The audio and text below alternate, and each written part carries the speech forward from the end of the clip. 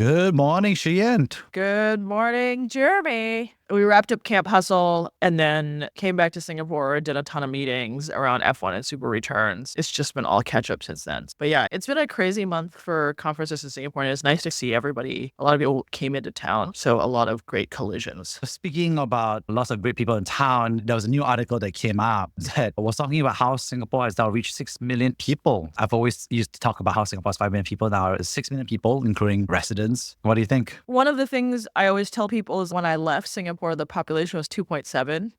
And when I came back 20 years later, the population was like 5.5. Singapore's changed a lot in the time that I was gone. One of the things you notice is what density enables, right? It actually enables a lot more businesses, a lot more interesting restaurants, a lot more activities. I am a fan of density. It's like why New York is New York. 7 million people in the metro area. I think for variety and texture, density is actually a pretty important component. I remember the uproar, was it 10 years ago when that population white paper was released? They said they were planning for a 10 million scenario. And people jump on it to be like, oh my God, deadline people is going to be insane. I think there are very real concerns around, can the infrastructure keep up? What does quality of life look like? I think if we're going to have a healthy debate, I'm willing to go out on a limb here and say I think properly managed density can benefit a lot of people. Yeah, it's a good question because there's a lot of debate about that. A lot of folks are unhappy currently. The point of view would be that, hey, with more people means that they're taking away jobs. There's more strain on public infrastructure. And yeah, we don't like them, right? There's a stack of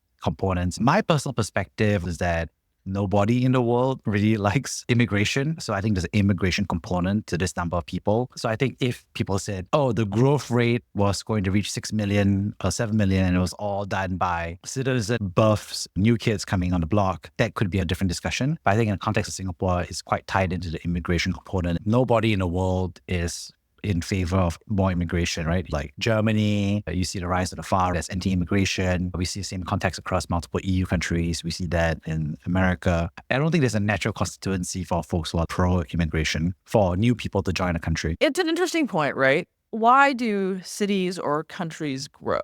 I think there's demographics. If you have a very young population, there's a period where you can have a boom because they're like peak fertility years. But outside of that, I think you grow because there's economic opportunity, right? So people are coming to seek economic opportunity. So it's that there are jobs that aren't being filled by your existing population, and therefore people are coming to take up those jobs. So it's the causal arrow is different. The challenge with immigration is if people feel that the gains from immigration aren't being distributed, or that the costs of immigration are more top of mind than the gains. I think in Europe, there's slowing growth, and then there's some sort of xenophobia against the other. But even this recent, the eating the dogs and the cats in Springfield or whatever, the Haitians were doing jobs that they just didn't have enough Americans to do. So I think I don't know. I want to think that we as Singaporeans can separate those two things in our minds. Let's be intellectually honest about what jobs are being done. And let's think through, hey, actually, would we really want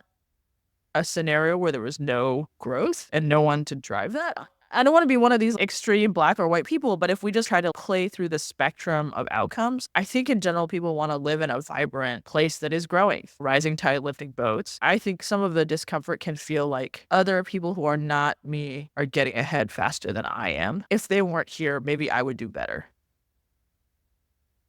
But I think it's not so simple. I don't know if that's a controversial remark. It's always controversial, right? Because like you said, I agree with you about the economic prosperity of Singapore. Even though nobody wants to go to your country, it's because probably there's nothing much going on for it. Singapore's GDP per capita is around 88,000, which is 6 times higher than Malaysia. It's probably 10 times or more for other ASEAN countries in Southeast Asia. So I think it's only natural for people who want to move from those countries to Singapore. It's not a supply issue of folks who want to move to Singapore. The question is, like you said, are the borders open or not? One big difference between the US and Singapore is that all immigration is legal. Singapore has that. It's different from the US debate, and also to some extent the European Union debate, is that the borders are highly controlled and there is an illegal immigration. So it's all legal. Everyone's been verified and everybody's gone through. I think it removes, a big emotionality or unfairness part of the immigration component. Is just that, I think it still has an economic impact, right? Which is this immigrant going to take my job? Are we competing? Are we collaborating? I think people are pretty okay with individual scenarios. So I think I was reading this kind of like research paper. If you ask someone, do you like your immigrant down the door? Everyone's, yeah, I like my immigrant friend or whatever. He's a good person. And it's like, do you like immigration? And everyone's like, no, right? I think it's an interesting dynamic where humanizing that component is quite important. There's actually a bit of a gap between the big number versus the individual story of an immigrant that actually, integrates, assimilates, and collaborates. Yeah, I think it's interesting. That is one superpower of the US, assimilation. I don't know how to think about it in a Singapore context because I don't know if we really made big efforts for assimilation. Like we almost, it was someone was like, oh, we're not a melting pot, we're a rojak salad. You can still hold on to your constituent part, but you're just mixed together with everybody else. And I'm not sure exactly how to think about that. If you share our values and you want to come help contribute and be part of the Singapore experiment, this multi-ethnic, multiracial country, I think we should welcome you. We should be like, where'd you come from? Same thing with us. Where's your grandfather from? We all came here at some point, right? You're not orang laut, orang asli. We all came here at some point. As a society, we said, hey, we're going to build a country based on these principles and do it together. Yeah, I think we need to think about how to be more explicit about onboarding people. Yeah. I think the big part that we had previously discussed was really about the context of schools, right? So one of the big parts was that schools are a great way for the next generation to integrate and get to know each other, especially for children, right? That's how you make it happen. And Singapore, like you said, had a one-track education system where everybody was an immigrant 50 years ago. So it didn't really matter. Now, because of the competition for education slots, there seems to be a dynamic where there's a bifurcation. Internationals feel like they have to go to an international school, otherwise they don't get to go to a good school. People who are in Singapore competing for what they consider the best school. So a little bit of debate. I think Prime Minister Lawrence Wong has made quite a few changes trying to push for education reform with Chan Chun Sing. But I think it's interesting where I would say that one thing that I think could happen, but obviously might be controversial, is at some point it says, look, we look at our schools, our local schools, we have a shrinking birth rate. Obviously, we want to let priority go to locals. It's just that we want to make sure that we don't close more schools. We should keep the number of schools we have. And we're going to make a more intentional effort to use these schools as a way to integrate and assimilate new families because the current generation, they're working, but there's so many kids who want a better life, right? And when they grow up, they'll be Singaporean as well. Yeah, I think we talked about this in a previous episode, right? It seems like there's no natural advocate for this. I don't think MOE thinks it's its job to educate non-citizen or PR kids. So it's not like they're going to be like, hey guys, guess what? I think our school system is sometimes needlessly competitive. If we took a step back and asked ourselves, is there a zero-sum game in terms of literacy and numeracy? No, right? In an ideal world, all of our students would know all the things. Yeah, there's variation in people's ability and interest, right? Not everyone is going to be the best math student, the best English student, whatever it is. But why do we need to constantly stack rank everything? Let's even just say primary 6, right? We should say, when you leave primary 6, you should be able to do these things. That's what we want out of our citizens. And then when you are 18, you should know these things so that you are set up to be a productive member of society and you can support yourself. But it seems like a lot of energy in the Singapore education system is around trying to beat other people. And my question is, to what end? Are there a limited number of slots? There are, right? We have enough schools for everyone. When you think about the global job market we are operating in, we actually have enough jobs for everyone. People are creating their own jobs, starting companies, going overseas. It's not, okay, there's only, maybe in certain professions, there's only X number of doctor slots. But other than that, there's quite a lot of choice. I think from an education perspective, it's interesting that we choose to make things competitive. Most of these kids are not going to be playing professional soccer or whatever it is. Wouldn't we as a country actually want to encourage more children to play sports for longer, to cultivate their bodies and be healthier and all that kind of stuff, than saying, oh, okay, P3 kids, you can all take an exam now, and you 15 kids can play soccer. Everyone else, sorry. It just seems odd to me. I think those are all fair points. You're right to say that it's not a zero-sum game for literacy. We want every child to grow to their full potential, right? And I think the part where it's funny is people look at it at a school level, not really at a child level. The slogan was every school a good school rather than every child to their full potential. And I think a lot of parents were saying that there's scarcity for good schools. I think what's interesting is I had talked to listeners who had listened to our episode about schools before, was that from an international or foreigner perspective, they come from a system where different schools have different budgets. A good school is a school that has a high budget because maybe they are from a high tuition fees, or they are in a neighborhood that has high property values, and so they have high taxes that basically makes the school have more resources. So I think that's the classic definition of a good school. Of course, in Singapore, all schools have the same budget effectively, and teachers are rotated across the whole country. So to some extent, that piece of inequality slash performance differential is eliminated. Of course, what is happening is that small differences. And small differences can lead to high competition because people are fighting for that edge because they feel like there's competition. The other two aspects that schools do differ on is one, the strength of their alumni history in terms of support from the affiliated clan or religious institution, old support. So I think there's one aspect about that which correlates to an indirect subsidy or support. But of course, you want schools to have as much alumni support as possible. And then second part, of course, is I think self-selection, right? So parents are self-selecting. One part that's interesting is, are good schools good because they're actually teaching kids better? Or is it because the type of parents who compete tend to be of a higher socioeconomic status? And so the kids also get through more tuition, etc., right? So I think there's an interesting component, which is, I think from an inputs perspective, there doesn't really feel like there's much difference for these schools. But from an outputs perspective, people feel like there's a difference in the school status, right? So there's a rationing component slash competition that comes into play. Yeah, I think that's fair. It's interesting to me. So my kid goes to local school. They don't actually ask that much of the parents. No, I think as opposed to international school, right? I think parental and you have much more active like PTAs and often money related, right? When we were in the US, a lot of schools ask for donations. The parents are very active trying to bolster because they feel like the base level is not enough. Here it's, hey guys, we've got it covered. You don't have to stress too much. If the parents want to do more, it's on their own initiative. I think that's an opportunity to build up schools, be more involved, create different experiences. We go to a neighborhood school, we're pretty pleased with the experience, chatting with the other parents. I think they're happy some had transferred in from so-called name brand schools and felt that our school is more supportive and has great teachers and culture. Yeah, it's an interesting, I think you can't stop parents from wanting the best for their kids and responding to the incentives of the system. I do think it's an interesting question. Hey, everyone does actually have the same budget per kid. Yeah. It isn't that some schools get paid more, some teachers get paid more, or whatever it is. And you're almost sorting for the other kids' parents. You're not actually sorting for the school. Because the other kids' parents are pumping in X budget for tuition or enrichment classes. That is, from my perspective, I think the biggest reason for the performance differential for the output of schools, why certain schools seem to have academic. I'm a long-time education tech fan. And I think it's just a function of, as long as we look at education as a conglomerate or federation of schools,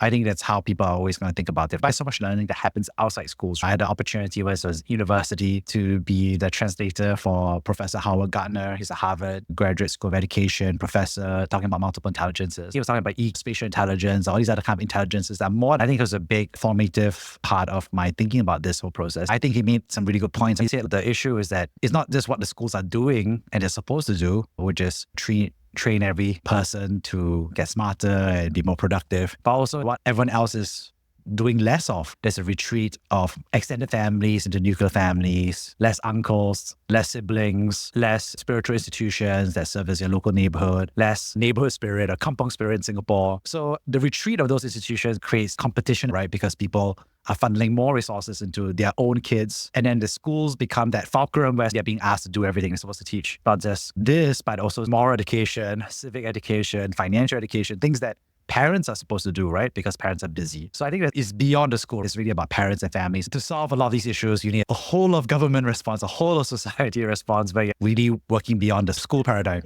This whole government response is like waiting for the government to do something. But I'm not into that. Sometimes it's like, oh, what's the government going to do about it? It's why don't you think about what you want to do about it? What is the thing that you can do to make your corner of the neighborhood better? And so I think that's the challenge I would extend. I tell everyone this. I don't know if I told you this story. When I moved back from the US, all my American friends were like, oh, that's so great. Good luck on your next adventure. And then all my Singaporeans said, oh, you moved back to San Francisco, very good one. I actually think we've had a really good run here, but also we try to make our own fun. And we try to do things that make Singapore fun for us, but also fun for other people. This weekend, we're running a small bake sale at the corner neighborhood park. And we invited a bunch of other kids. And so there's a bunch of 5 and 8-year-olds like flyering the neighborhood and planning their cookies and banana bread and old toys and books. They're going to bring it out. A little neighborhood thing, right? It's like not a big thing. All right, 5, 6 families. But I think it gives the kids some notion of commerce, profit and loss statement or whatever, but also engaging like the other kids at the playground and things like that. I feel like there's a lot of things that people can do that can promote more of the kampong spirit and the community vibe, waiting for the government to do it. Like the idea of the government doing a grassroots thing kills the vibe. It's already the opposite. It's an oxymoron. I totally agree with you about that. All I'm just saying is that you can't expect the MOE to fix the problem because MOE's mandate is, like you said, to focus on residents and children to the best potential. So to integrate these other components of integration, assimilation, all these other things, you get everybody to play a part, your local associations, your local neighborhoods, individual parents as well. Speaking about education graduates, there was actually an interesting person who moved to the US, Malone Lam, a 20-year-old Singaporean. Moved from Singapore to the US in the opposite direction. He was recently arrested for stealing 4,100 Bitcoin, which is worth $230 million. Smart guy, right? He was in Los Angeles, living the big life. Stealing Birkin bags, buying Birkin bags with his ill-gotten gains. Yeah, there's a crazy Twitter photos where he was like obviously getting bottle service at a nightclub, and he puts up a sign and saying, "Hey, everybody here gets a free Birkin bag." I thought that was hilarious. Like, it's like Wolf of Wall Street, but I don't know what you want to call it. But what's a Singaporean animal? What? Lion of crypto? If you're going to steal stuff, you need to be more subtle, right? Stealing things is only step one. You actually have to get away with the crime. I'm not advocating crime, to be clear. If you do it, don't plot.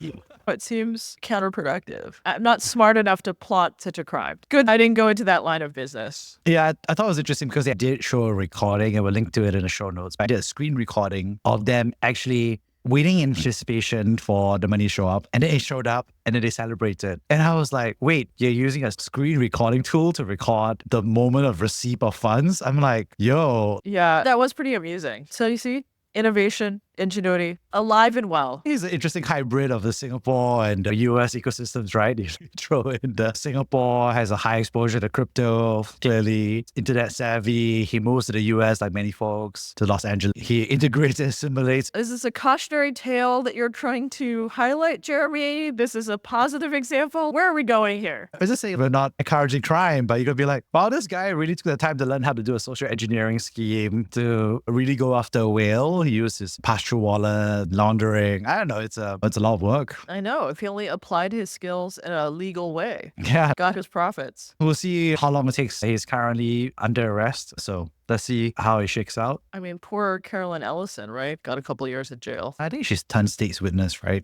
What a child. Yeah, but she SBF. got sentenced. 2 years. Yeah, she got sentenced. 2 years Yeah. in probably a minimum security women's prison. I guess she already has served some time, has she? No, she hasn't served any time yet. She still has the rest of her life to look forward to, actually. After 2 years, you still... I know. I think part of it is like she has a hard time finding a job, so she's going to have to start her own thing. really fast when she was young. So 2 years is about as long for her national service. You can catch up. Gosh. When you think about your kids, any advice you give them when they grow up to be, I don't know, 20 years old, out to figure out their life? Because Carolyn Ellison will live over about 20s. I always tell people life is long, but the world is small, so you should behave accordingly. Some things take longer than you think they're going to be, and that's okay. It takes time to develop expertise. It takes time to build things. But the world is small, so I think you need to treat people with kindness and respect. And Yeah, probably. That's very high-level advice. If my children wanted specific advice, I would be happy to provide it. As guidelines, I think you have to think about what are you going to do that like creates value in the world? The world doesn't owe you a living. And how are you going to behave as a human being that puts out positive energy so that other people want to? I think that's applicable across any field that they eventually choose to be in. How about you? What do you tell your kids, Jeremy? I would tell my kids to invest in the things that really matter. So personal health, friendships, relationships, family, because I think those are real treasures over the long term. I think having seen so many technology trends go up and down, and there's also boom and bust cycles as well. And also starting to see people's careers going up and down. You get a sense about what really matters over the long term. There's no value in being this super hot shot success, get into depression, or burn your health away. Moving away from the short term where it feels like a binary trade-off, like